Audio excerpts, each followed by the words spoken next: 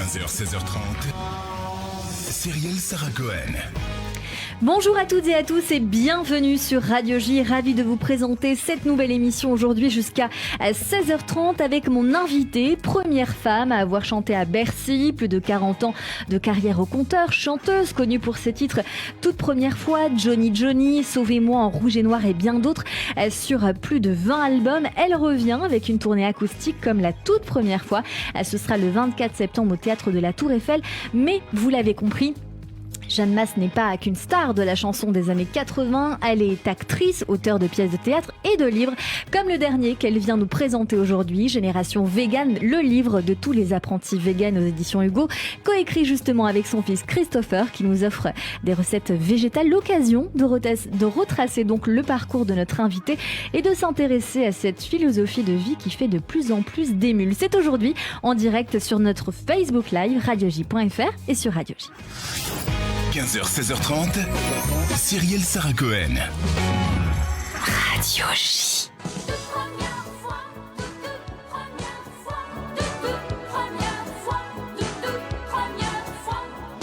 Bonjour Jeanne Mas. Bonjour. C'est un bonheur de vous avoir en face de moi. Merci d'être mon invitée aujourd'hui. Et comme on entend cette chanson, j'ai envie de vous demander si c'est la toute première fois que vous venez à Radio J. Non, je suis déjà venue 2 fois, je crois. Une fois avec Frédéric Zetoun. 2 fois avec lui. 2 fois avec Frédéric Zetoun, et bien qu'on aime beaucoup et que j'embrasse très fort. Moi aussi. L'occasion donc de faire cette première en tous les cas ensemble. Merci beaucoup d'avoir accepté mon invitation. On va bien sûr parler de ce titre au succès spectaculaire, mais d'abord, si vous le voulez bien, Jeanne Mas, on démarre par le début dans cette émission. C'est ce qu'on va tenter de faire ensemble. Jeanne Mas, vous êtes née le 28 février 1958 à Alicante, en Espagne. Et puis, vous avez grandi dans des conditions qu'on ne connaît pas vraiment. J'ai envie de vous demander quel genre d'enfance vous avez eu, si vous voulez bien nous offrir. Oh, quel genre d'enfance j'ai eu? Assez difficile, je dois reconnaître. Les débuts de vie sont compliqués, je pense, à peu près pour tout le monde. En tout cas, c'est comme ça. C'est vrai que pour moi, ça l'a été un petit peu, mais j'aime pas trop partager cette partie de ma vie parce qu'elle m'appartient et que voilà, j'ai autre chose à offrir. Vous voulez la garder pour vous et je peux tout à fait l'entendre.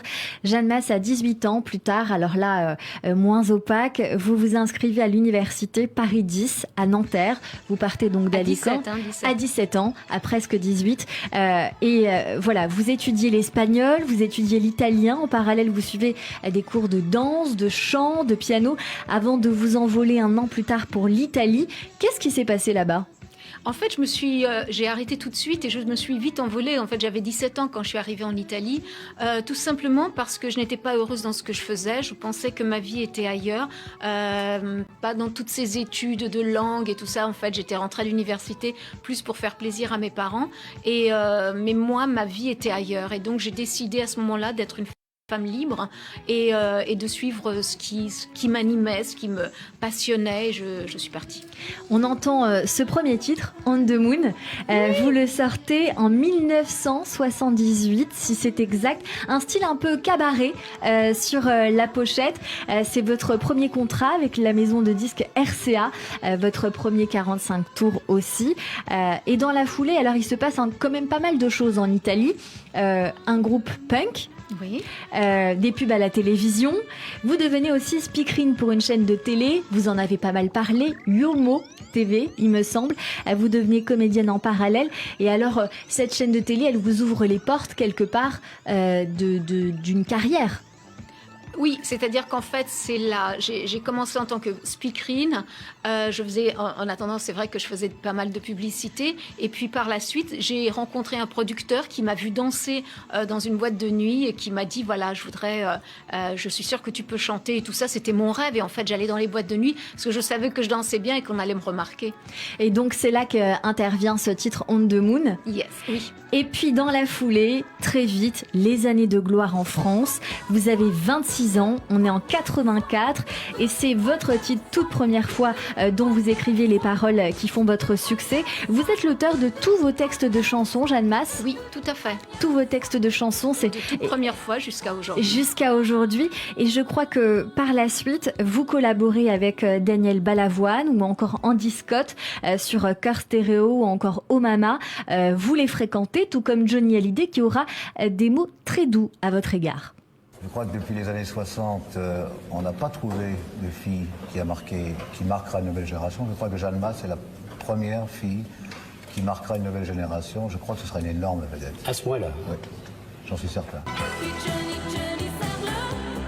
Voilà, donc Johnny qui a des mots incroyables pour vous. Dans la foulée, vous faites Johnny Johnny. À quel moment, en fait, Johnny fait cette déclaration vous concernant? C'était à l'émission Le Grand Échiquier.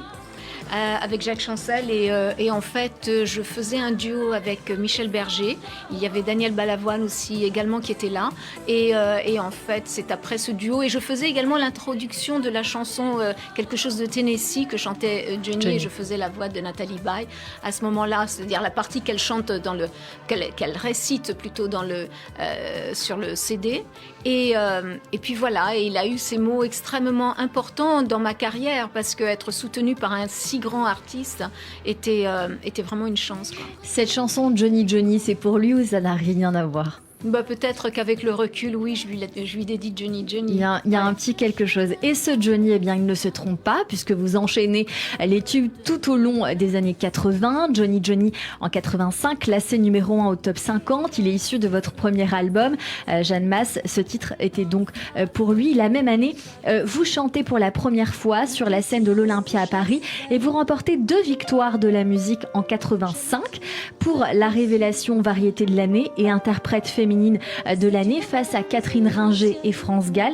Michel Berger d'abord, puis Alain Souchon vous remet ce 2e prix et voici ce que vous dites. Avant tout, je ne m'attendais pas du tout à ce 2e prix et je crois que c'était très difficile parce que j'aime beaucoup mes collègues, que je me sens toute idiote maintenant. Et puis je voulais remercier non seulement ceux qui ont voté pour moi et qui me donnent la chance d'être heureuse à présent, mais tous ceux qui m'encouragent depuis mes débuts. Et je sais que je suis encore très petite. J'ai l'intention de devenir très grande. C'est incroyable que vous disiez ça, c'est très beau. À cette époque-là, vous avez une vingtaine d'années. Qu'est-ce que ça vous fait d'entendre ça aujourd'hui, Jeanne Mas? Je sens la voix cassée, très très émue, oui. Et c'est vrai que ça a été un énorme encouragement et puis un formidable cadeau que m'a donné le métier à ce moment-là. Et je ne sais pas, j'analyse pas trop ce que j'ai fait ou ce que j'ai dit. L'important, c'est que je l'ai fait à ce moment-là parce que je sentais de le faire, quoi. C'est ce que vous avez fait. 1 an plus tard, aux Victoires de la musique, vous serez décoré par la victoire de la pochette de disque en 86. Cette année-là, vous confirmez votre statut de nouvelle idole avec votre 2e album, Femme d'aujourd'hui, En rouge et noir, L'enfant, Sauvez-moi, feront de vous la première artiste à être simultanément en tête du top 50 et du top album en juillet 86. Paris Match vous classe numéro 1 des chanteuses françaises. À quoi vous estimez que vous devez ce succès incroyable? Au public. Au public et à un style qui à l'époque n'est pas forcément existant?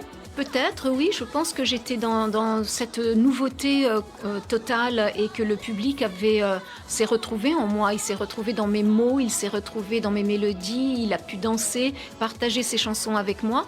Et puis, j'étais un caractère un peu rebelle, peut-être, donc les jeunes se retrouvaient en ça aussi. Et puis ce côté aussi très théâtral, j'avais ces mouvements, ces chorégraphies, tout ça, ça a énormément contribué à l'ensemble. Mais je pense qu'à la base, c'était quand même mes chansons.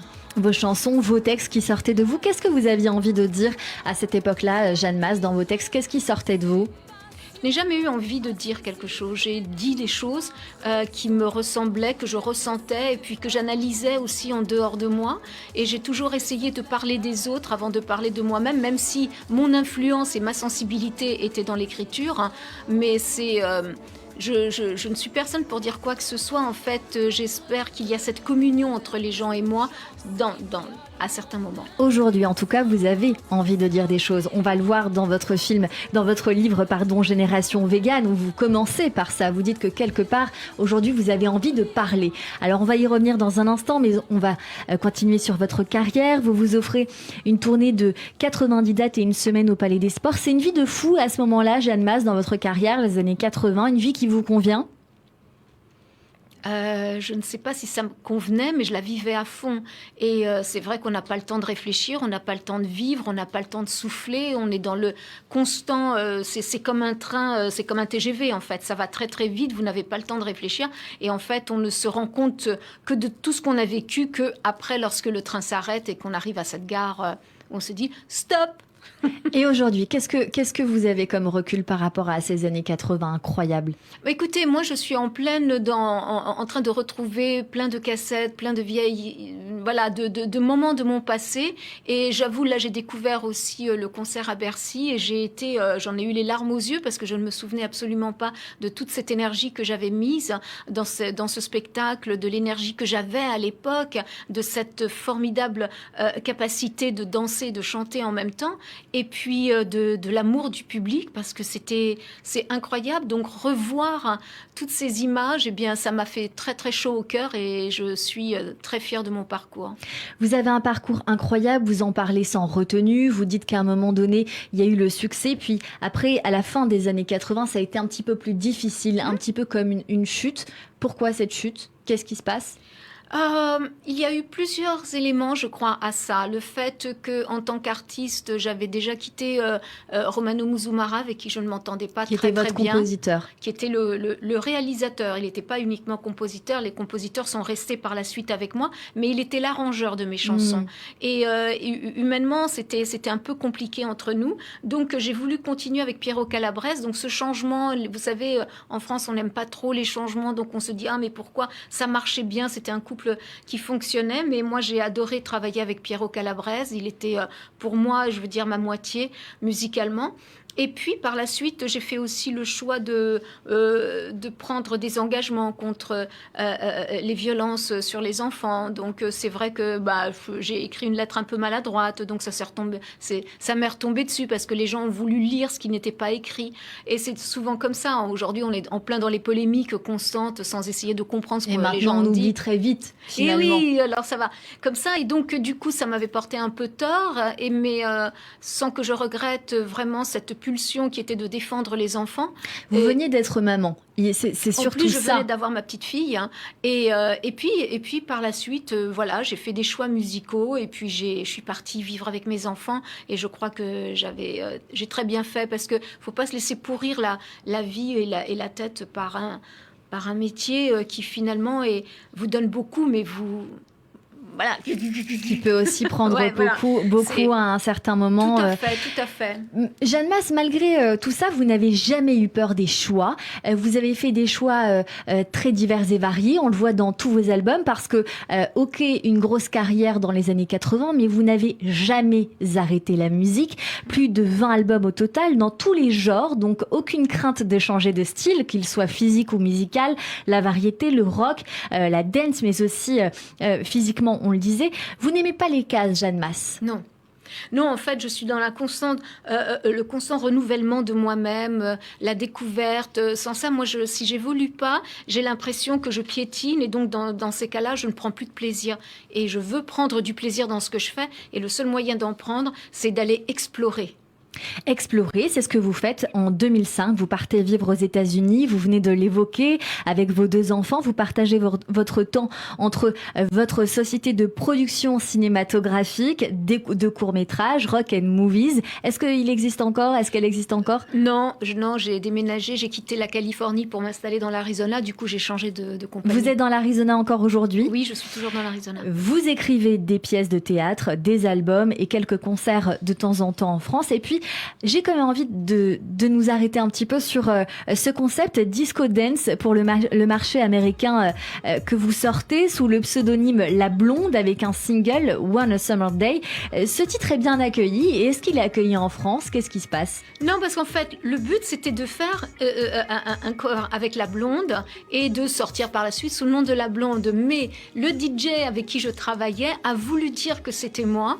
Et en fait, il a cassé le truc, quoi. Ah bah oui. Et oui, il fallait pas. Donc, La Blonde, oui, on a été dans les charts de Chicago. Et donc, j'étais vraiment très, très étonnée. Mais c'était super bien, en fait. Et, voilà. C'était super bien, c'était très dance. On va écouter un petit peu parce que moi, j'aime beaucoup ce titre. Oui, oui.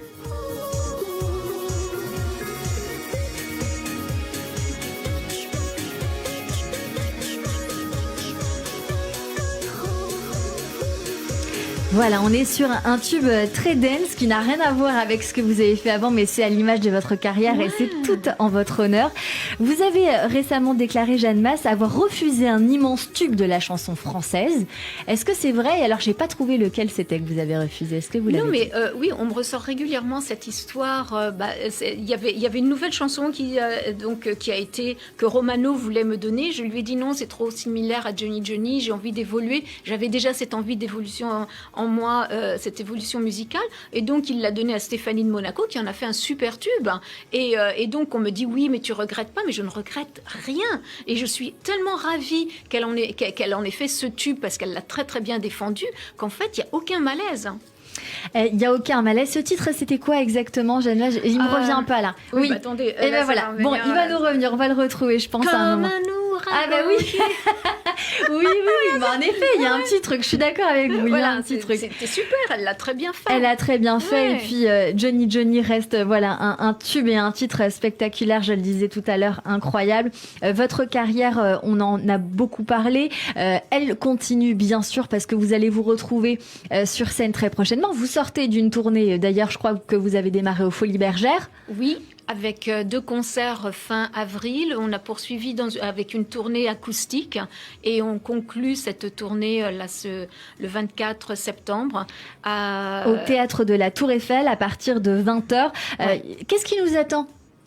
Qu'est-ce qui m'attend ? Qu'est-ce qui nous attend sur scène ? Qu'est-ce qui nous attend ? Écoutez, c'est un concert acoustique donc très sobre, mais qui redonne ce que les gens ont aimé dans les années 80. Donc en fait, c'est une sorte de compilation 80 que je fais en acoustique. Une compilation 80. Il y a votre dernier album Sapore di Amore. Est-ce qu'il y aura quelques titres également de cet album sur scène ? Non, pas vraiment, puisque c'est très concentré sur les années 80. Sur les années 80. Ouais. Donc cet album, en tout cas, il faut rappeler qu'il est toujours disponible dans les bacs avec des sonorités italiennes, moitié en français et moitié en italien. On parlera d'un titre tout à l'heure qui a été revu, qui s'appelle Johnny Johnny bien évidemment, mais revisité par Young Pulse. Je crois que c'est Warner Music France qui vous a proposé ce nouveau son. On l'écoutera tout à l'heure, mais d'abord j'ai envie qu'on parle de votre livre Génération Vegan, un livre qui vous tient particulièrement à cœur. Oui, parce qu'on est dans une génération où justement il faut prendre conscience de notre impact sur la planète et que notre impact passe également par notre alimentation, par notre quotidien, les cell phones, les portables et tout ça. Mais c'est surtout l'alimentation. On pourrait tous améliorer notre façon de vivre et notre façon de nous alimenter, déjà pour notre propre santé, également pour les animaux et puis pour la planète. Donc on sait très bien que l'élevage a un impact carbone qui est considérable et je crois qu'on est là pour faire un effort. Alors évidemment, les gens disent « Ah oui, mais moi, j'ai pas envie d'être végane » parce qu'en fait, ils n'ont pas les outils. Moi, je les avais pas non plus quand j'ai commencé. J'ai tout appris toute seule. Et donc là, aujourd'hui, que j'ai toutes ces connaissances, je tiens à les partager. Après, chacun fait son choix, bien sûr. Mais si on n'a pas les outils, on ne peut pas choisir. C'est ça. Vous donnez quelques clés et puis après, à chacun de se les approprier ou pas. Ce que vous dites en tout cas dans ce livre et qui peut faire réagir, c'est la passion du ventre a vite fait de fermer les yeux du cœur. Évidemment, ça ne peut que faire réagir le monde. Après, à chacun d'agir ou pas. Vous aviez sorti un premier livre en 2016 qui s'appelait « Ma vie est une pomme ». Laissez-vous tenter par le végétarisme, c'était chez Michel Lafon. Vous nous confiez déjà être devenue végétarienne, puis ensuite végane. Vous avez sorti aussi l'ouvrage Vegan en herbe, les bases du Hugo Vegan en herbe. Hugo Vegan en Alors herbe. ça, c'était plus pour les adolescents, parce que les ados sont très, très, très branchés. Très véganes. sensibles à ça, Oui, très bien sensibles sûr. à la cause animale et tout ça. Ils ont envie de s'alimenter différemment.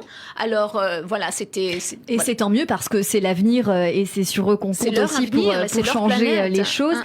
Vous nous offrez aujourd'hui ce livre, donc Génération Végane, le livre de tous les apprentis véganes, qui est un guide un peu pratique d'initiation au véganisme. Oui, avec des témoignages. Et ça, je tiens parce que c'est quand même très, très important de montrer que je ne suis pas la seule à défendre le véganisme et qu'il y a des gens dont la vie a totalement changé quand ils ont changé leur alimentation. Et c'est important de dire qu'il y a une femme enceinte Exact. qui se trouve, et Tout à c'est fait. très important. Totalement végane et qui a décidé de ne pas renoncer au véganisme, mais elle a fait très attention d'avoir tous les nutriments dont elle a besoin pour la croissance de son bébé dans le ventre et qui s'en porte très très bien et le bébé est né tout à fait voilà, en très très bonne santé. Et en fait, on a trop tendance à penser que les véganes ont des carences et moi je voudrais dire stop à cette mauvaise réputation parce que d'abord tout le monde a des carences et que à partir du moment où on prend conscience de ce qu'on met dans son assiette, eh bien on n'en a plus. Vous parlez de beaucoup de choses dans ce livre, évidemment, Jeanne Masse. Vous dites ce rêve, à un moment donné, dans la page 12, ce rêve, je le poursuis en écrivant ce livre, parce que vous faites un rêve à un moment donné. Il y a des choses très, très touchantes dans ce livre. Vous dites également, parler, informer sur le véganisme n'est pas une passion, c'est un devoir. Et puis, j'ai envie de lire quelque chose, quand même, qui est important, parce que ça peut être un déclencheur pour certains. Vous dites, page 12, vit en moi le souvenir de ces lapins derrière le comptoir d'un stand dans un marché espagnol, enfermé dans de minuscules cages. Je suis encore enfant. En les observant, je me demande comment on peut rester enfermé dans un endroit si étroit. Une main ouvre la minuscule cage pour capturer par les oreilles celui que le destin va châtier en premier. Ces longues oreilles doivent à présent procurer une forte douleur à ce petit animal qui s'agite. Je le vois bien qu'il a peur. L'homme aux grosses mains attrape à présent ses frêles pattes. D'un coup sec, tire sur son petit corps, lui brise la colonne et le balance dans un coin. L'animal souffre, mais ne crie pas. Son corps entier tremble. Je ne peux retirer mes yeux de cette agonie que je découvre. Donc c'est à ce moment-là, finalement, que vous avez un déclencheur, vous, Jeanne Masse. Tout à fait. Quand j'ai vu la souffrance de ce petit lapin, je me suis tournée vers ma mère et je lui ai dit je ne mangerai plus jamais de lapin. Par la suite, elle m'a forcé à manger de la viande, bien sûr, parce que c'était une autre génération. Hein. On n'avait pas toutes les connaissances d'aujourd'hui. Mais aujourd'hui, quand on connaît toutes les alternatives, a-t-on encore le droit d'infliger autant de souffrance aux animaux ? 5% de la population mondiale devient végane ou végétarien en tout cas, 2,5% de la population française. Et il faut dire aussi, on est sur Radio J, qu'Israël fait partie des premiers du classement. Il me semble qu'ils sont juste après, je sais plus quel pays exactement, je vais retrouver dans quelques instants parce que j'ai le livre sous les yeux, juste après l'Inde.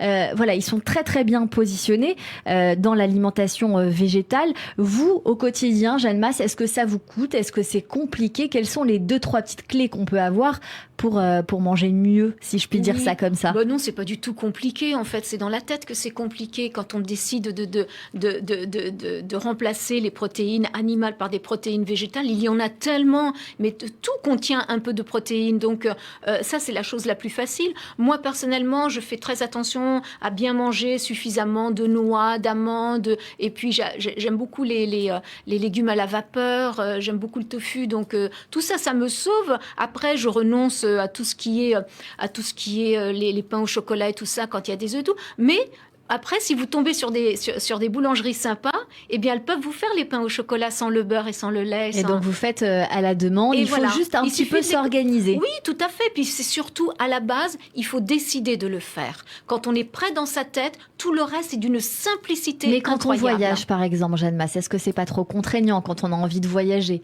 On prend des dispositions. Dans les avions, on vous demande quel genre de repas vous voulez aujourd'hui. C'est très ouvert. Il suffit de cocher vegan ou végétalien ou végétarien si vraiment vous pouvez pas renoncer au fromage, bien que le fromage a c'est énormément de souffrance pour la vache aussi. Non, aujourd'hui, c'est pas du tout difficile. Aujourd'hui, le véganisme est mondialement réputé. Donc, vous pouvez aller où vous voulez, vous trouverez toujours un restaurant vegan.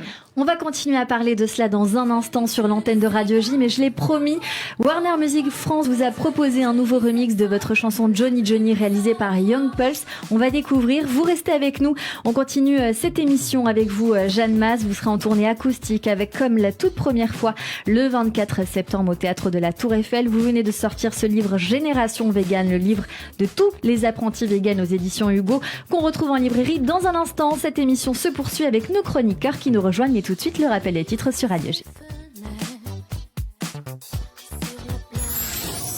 15h.